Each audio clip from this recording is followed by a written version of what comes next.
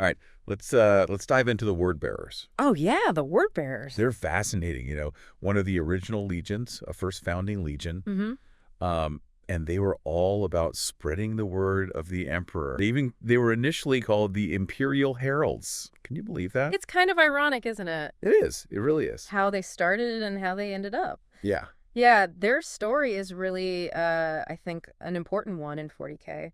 Because it shows you how devotion, even the strongest kind of devotion, can get twisted. I mean, they went from pushing the imperial truth, which was all about a secular, rational society, to embracing the worship of chaos. Yeah. It's wild. Yeah. Total opposite. Total opposite. And it all starts, like a lot of these stories, back during the Great Crusade. Yeah. And the word bearers, they really got a reputation for, well, let's just say they were enthusiastic. Yeah. They were known for destroying idols and going to extremes to make sure people were worshiping the emperor. Right. They earned that nickname, iconoclasts. Yeah, they were pretty serious, from everything I've read about them. Yeah. They were very somber. Right. They didn't fight for glory or personal gain or any of that. It was all about duty. And defying the emperor, defying his ideals, that was wrong. It was fundamentally wrong in their eyes. Yeah. They were fighting a war for belief, really. And it all goes back to their primarch, to Lorgar. Lorgar, yeah. He's a fascinating figure. Grew up on Colchis, and Colchis was like the definition of a religious world. Right. He was raised in temples. Rituals were just part of daily life for him. Scriptures were like everyday language. And then he meets the emperor, a figure who could easily be seen as a god. Oh, totally. And Lorgar, he saw the emperor as the living embodiment of this ancient Colchian prophecy. Yeah. This prophecy foretold the coming of a godlike being. Wow. Leading humanity into a new era. So given Lorgar's upbringing, it's not surprising that he'd push for the emperor's worship. Yeah. The problem, of course, is that the emperor had a very different plan for the Imperium.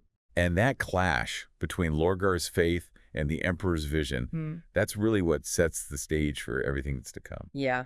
It was a recipe for disaster. And that disaster has a name, Monarchia. Monarchia. The emperor, he publicly humiliated Lorgar, reprimanded him for all those religious practices, destroyed this massive monument they had built. It was a huge blow for Lorgar and the entire legion. I can't imagine that kind of rejection. The figure you see as a god rejects your beliefs, your whole way of life. Where do you turn? Well, Lorgar went searching for answers. He went on a pilgrimage to try and figure out the truth of the universe. And it took him to Cadia, which, as you know, is right next to the Eye of Terror. Yeah. This massive warp rift overflowing with chaotic energy. And that's where he ran into Ingathal, a demon prince of chaos. Wow. So they go from destroying idols in the emperor's name to worshiping the very beings that the emperor warned against. Yeah. Incredible. And it wasn't just Lorgar. There were other figures within the word bearers who were instrumental in this shift. Absolutely. You've got Corferon, Lorgar's foster father, and the word bearer's first captain. He was steeped in those old ways of Colchis, the faith that a lot of people think was tainted by chaos from the beginning. He was constantly in Lorgar's ear, pushing him towards chaos. And then there's Erebus. Oh, Erebus. He's a shadowy figure. Yeah. From everything I read, he was cunning, he was ruthless, the kind of guy who manipulates events from the shadows. Yeah. He actually played a key role in corrupting Horus, Wow. the War Master, the Emperor's most trusted son. Right. I mean, he basically set the stage for the Horus heresy. He was a master manipulator. I mean, he was behind events like the Drop Site Massacre, Right. which a lot of people think was really the beginning of the heresy. So it's like you've got this, unholy trinity. Yeah. You've got Lorgar, the disillusioned primarch who's looking for meaning after that rejection from the emperor.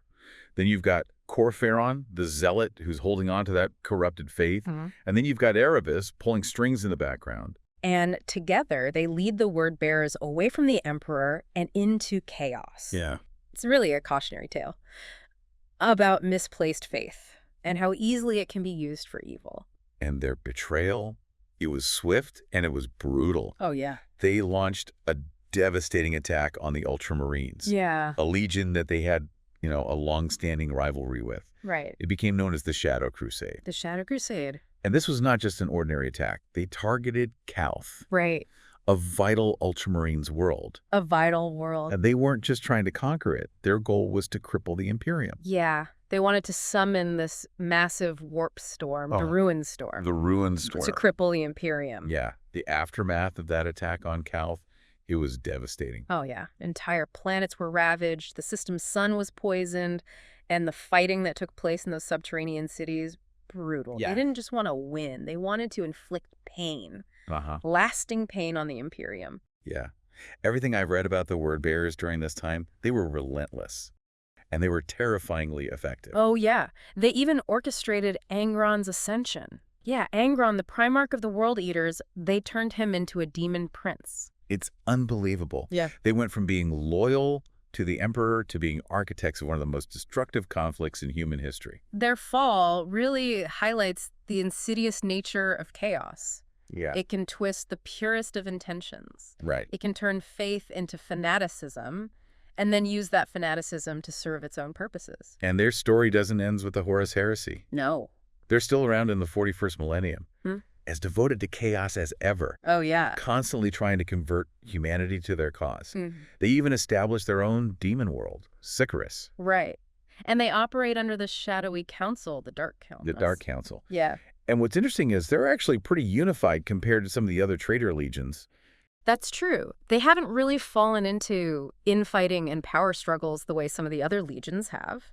They've got a clear chain of command, they're united by their ideology, and they've got a singular purpose: to spread the word of chaos and bring down the Imperium. It's chilling. Yeah. They transform their misplaced zeal into a betrayal that is still shaping the galaxy. The word bearers are a prime example of how devotion, when corrupted, can become incredibly dangerous. Makes you wonder, could anyone have seen this coming? Yeah. And what would the Imperium look like if they'd stayed loyal? Yeah. It's a fascinating question. It is. Yeah, it really makes you think, if the word bearers had stayed true to the Emperor's vision, Right. would things have been different? Would the Imperium have been spared all that suffering? It's hard to say. I mean, the Emperor, he was a pragmatist. Yeah.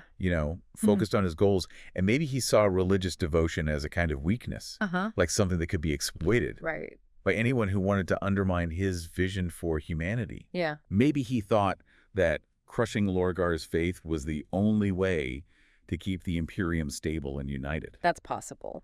But, think about how the word bearers approached their conquests during the Great Crusade. Yeah. It wasn't just about military dominance. They were driven by this need to convert the people they conquered. Right. They wanted to spread their belief in the emperor's divinity. They built temples, they preached, they created this whole system of beliefs that they thought would strengthen the Imperium. Yeah, they were masters of propaganda. Oh, yeah. They understood the power of belief. Right. And they used it as a weapon. Exactly. Their methods were obviously misguided. Yeah. But you can't deny that they were effective at spreading their version of the imperial truth. Uh-huh. And their commitment, it went beyond just words. Oh, yeah. Think about the Melkiji Salvation. Right. A perfect example of their dedication. Melkiji was this technologically advanced world, but the humans there were enslaved by these parasitic aliens. Oh. The word bearers, under Lorgar's command, they intervened. They liberated the planet, and they got rid of the alien overlords. It's a complicated situation, though. I mean, they were ruthless Oh, yeah. in wiping out the aliens. Right. But they presented themselves as saviors to the humans. Uh-huh. And part of that salvation involved worshiping the Emperor. They genuinely believed that they were bringing enlightenment. Yeah. Even if their methods were pretty brutal. It's that belief in their own righteousness. Yeah. That conviction that they were doing the right thing. Yeah. That's what made them so dangerous. Yeah, it gave them justification to commit any atrocity, any act of violence, Right. because they believed it was for the greater good. And then when they fall to chaos, it doesn't change that righteousness. It just makes it stronger. Exactly. They became even more convinced that they were on the right path. They saw the emperor as this false god, a tyrant who was holding humanity back. Yeah. And their embrace of chaos went beyond just worship. Oh, yeah. They were willing to experiment with the very forces that they'd been warned about, like the Gal Vorbak. Yeah, the Gal Vorbak. These word bearers, they went into the Eye of Terror and they came back changed. Right. Possessed by demons. Yeah. Their bodies and souls were altered. They were the forerunners of those terrifying, possessed Chaos Space Marines that we see in later millennia. They showed just how far the word bearers were willing to go. Yeah. They were merging with chaos itself. And the Gelvorback became Lorgar's elite guard. His most trusted warrior. Right. And their transformation was a symbol of how far the Legion had fallen. Oh, yeah. They weren't content with just spreading their beliefs anymore. Yeah. They wanted to harness the power of chaos. They were blurring the lines between faith and forbidden knowledge. Their story is really a cautionary tale about how belief can blind you to reason, to logic. Yeah. It can lead you down a path of destruction. They started with good intentions. They wanted to unite humanity into their faith. Right. But they ended up as monsters. Right. Yeah. Convinced that their actions were justified, no matter how horrific those actions were. To understand how far they fell, we need to look at how they were organized. Yeah. Their tactics. Yeah. I mean, they were different from a lot of other legions. Yeah. They had this dual hierarchy. They balanced military power with spiritual authority. Right. So you had this standard military structure. Yeah. You know, chapter masters, captains, sergeants. Mm-hmm. But woven into that, you had the chaplains. Yeah. And the chaplains operated within their own hierarchy, separate but connected to the military one. Right. And at the top, you had the first chaplain, Yeah. an incredibly powerful figure within the Legion. Yeah. And these chaplains, they weren't just warriors who offered spiritual guidance. No. They were skilled orators. Oh, yeah. They could sway entire populations with their words. Right. And a lot of them were also powerful psychers. Right. Using powers from the warp. Yeah. They were the heart of the word bearers, the Yes. driving force behind their proselytizing. They made sure that the fires of faith never went out. Their influence extended far beyond the battlefield. Yeah. I mean, they could turn entire populations against the Imperium with their sermons. Right. They planted the seeds of rebellion. And their influence only grew after the Horus Heresy. Yeah. The Dark Council, the group that governs the word bearers in the 41st millennium, it's made up entirely of dark apostles, Wow. the corrupted remnants of the Legion's chaplaincy. These guys are steeped in the lore of chaos. Oh, yeah. Their minds have been twisted by centuries of exposure to the warp. And they're the ones who orchestrate the word bearers' war against the Imperium. Exactly. They plan invasions. They're the puppet masters behind all those chaos cults, spreading their whispers across the galaxy. Always trying to undermine the Emperor. Yeah. And as we said before, the word bearers, they're surprisingly unified. Compared to some of the other traitor legions? Yeah. They haven't really fallen apart the way others have. And that's because of their chain of command, their ideology, their shared purpose. They're a dangerous enemy. Yeah. Their discipline, their fanaticism, they're like a virus, slowly corrupting the Imperium from within. And their tactics reflect their structure and their devotion to chaos. Mm. They use elaborate rituals. They chant these blasphemous hymns. They use psychological warfare. They want to demoralize their enemies and strengthen their own troops. Imagine facing an army that's marching to the beat of war drums, chanting these unholy pronouncements. Yeah. Their banners covered in demonic imagery. Just their presence would radiate dread and corruption. It would be terrifying. And then they've got their demonic allies. Oh, yeah. Adding to the terror. They summon hordes of demons to fight alongside them, creatures of pure warp energy. But relying on demons, that's a risky strategy. Oh, yeah, it's a double-edged sword. Right. It gives them access to immense power, but it also makes them unpredictable. Demons are fickle. They've got their own agendas. Even the word bearers, with all their knowledge of chaos rituals, they can't always control the forces they unleash. You think they can control them. Yeah. Bend them to their will. Right. But chaos has a mind of its own. Even those who think they've mastered its power can find themselves at its mercy. That dependence on chaos extends to their weaponry and armor, too. Yeah. They cover their war gear with runes, with passages from the Book of Lorgar, their own twisted version of the Imperial truth. Right. And they add trophies from their fallen enemies. It's more than just decoration. Yeah. They see it as a way to channel the power of the warp. They become living embodiments of corruption. Their armor, once pristine gray, now covered in demonic imagery, stained with the blood of their victims. Yeah, and their tactics are as varied as the forces they command. They can launch these massive frontal assaults, overwhelm their enemies with numbers and fanaticism. Right. But they're also good at infiltration, sabotage, manipulation, striking from the shadows, sowing discord. They'll use any means necessary to win. Morality, honor, those are just tools to them. tools to be discarded when they're no longer useful. They're a multifaceted threat, Yeah. like a hydra. Uh-huh. With countless heads, they can adapt to any situation, exploit any weakness. They're a constant reminder that chaos is always there, Yeah. always trying to undermine the Imperium, trying to drag the galaxy into darkness. Their legacy is one of betrayal, destruction, fanaticism. A stain on the Imperium's history. Yeah. They show how seductive and destructive chaos can be, how easily it can corrupt. Their story is fascinating Oh, yeah. and deeply disturbing. It makes you think about the extremes of devotion. And the corrupting influence of power. To really understand the word-bearers, we have to look at the people who shaped them. Yeah.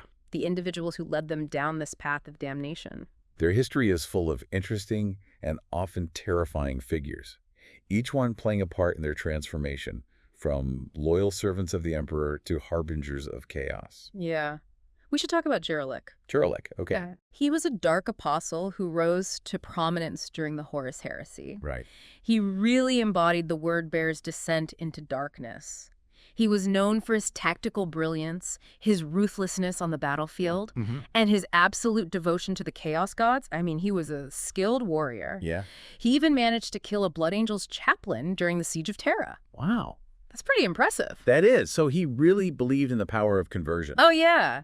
He thought spreading their faith was a key part of their war against the Imperium. Right. He was a gifted orator. Oh, yeah. He could sway whole populations with his sermons and his promises of power. Right. He twisted the imperial creed into a tool for domination. He believed humanity had a choice. Embrace chaos or face annihilation. And he was willing to do whatever it took to make that happen. Yeah. He saw himself as a shepherd, Right. guiding humanity to its true destiny, Even if that destiny was with chaos. even if it meant embracing the ruinous powers. And his methods, well, they were brutal. Yeah. Mass sacrifices, manipulating cults, launching invasions. Yeah, all to spread his twisted version of the imperial truth. He was a true believer, convinced he was right. And that justified anything, any atrocity. Right. He thought it was all necessary to achieve his vision for humanity's future. It's a chilling example, isn't it? How faith, when chaos gets its hooks in, can become a tool of oppression. Yeah. Used to justify the worst acts imaginable, all in the name of a cause that promises salvation but delivers only suffering. Exactly. Right. And his successor, Marduk, he was Jeralec's first acolyte. Yeah. He inherited part of Jeralec's forces, and, he continued on that dark path, a classic tale of ambition and betrayal. Marduk, he wanted the power and influence of a dark apostle, and he would do anything to get it. He even conspired with the Brotherhood. The Brotherhood. Yeah, they were the secretive group within the word-bearers. They wanted to keep the Legion's ideology pure. And Marduk, he worked with them to overthrow Geralek, seize control of his forces. It led to a bloody conflict within the Legion. So even in a legion as seemingly unified as the word-bearers, there was still that lust for power. Oh, yeah. That willingness to betray even your closest allies to get ahead. It shows you the instability of chaos, how it breeds paranoia and distrust, even among those who share the same goals. And that infighting, it spills out into the galaxy, leading to even more conflict and suffering. The word-bearers fighting not only the Imperium, but each other as well. It's a vicious cycle, fueled by the Chaos Gods. Right. They thrive on the suffering, the despair. And speaking of those who shaped the word-bearers, we can't forget about Corferan, Lorgar's foster father, Right. the first captain of the Legion. He was a key figure in their fall. He was a true believer. Oh, yeah. A zealot. He held on to that old faith of Colchis with everything he had. He saw the Emperor's rejection of Lorgar's worship as a personal attack. Yeah. A betrayal of everything he believed in. He was always there, at Lorgar's side, whispering doubts, fueling his resentment, pushing him towards chaos. He saw the Emperor not as a god, but as a false idol, an obstacle in the way of humanity's true destiny. And that destiny, of course, lay with chaos. His influence on the word-bearers is undeniable. Their rituals, their hymns, their devotion to chaos, it all reflects Corferan's beliefs. He was a master manipulator. Yeah. He could twist the most noble intentions into something horrific. He saw the Imperium as a cage, holding humanity back from its true potential. He believed that only through chaos could humanity evolve. And his methods were brutal. He purged anyone within the word-bearers who remained loyal to the Emperor, even those from Terra. He saw them as heretic. Obstacles to the Legion's true path. He really believed in the power of chaos, thought it held the key to unlocking humanity's potential, and he was willing to do anything to spread its influence. He's still around in the 41st millennium, part of the Dark Council, guiding the word-bearers. He's a symbol of fanaticism, a testament to how deeply chaos can corrupt a soul. His story, like the story of the word-bearers themselves, is a warning. Even those with the best intentions can be corrupted by power, by ambition, by the whispers of dark forces. Once chaos takes hold, it's hard to break free. The path to redemption becomes lost in the allure of forbidden knowledge and the promise of power. The word-bearers, they're a complex faction, a study in devotion and corruption. Their journey from followers of the Emperor to servants of chaos shows how fragile faith can be and how seductive power is. It's a cautionary tale, a reminder that even in the darkest corners of the galaxy, hope can be extinguished, replaced by darkness. A darkness that twists your soul, bends your will to its purpose. They show the power of belief. But also how dangerous that belief can be when it's misplaced. Yeah. Or corrupted. Be wary of those who claim to hold the truth, who promise salvation through power.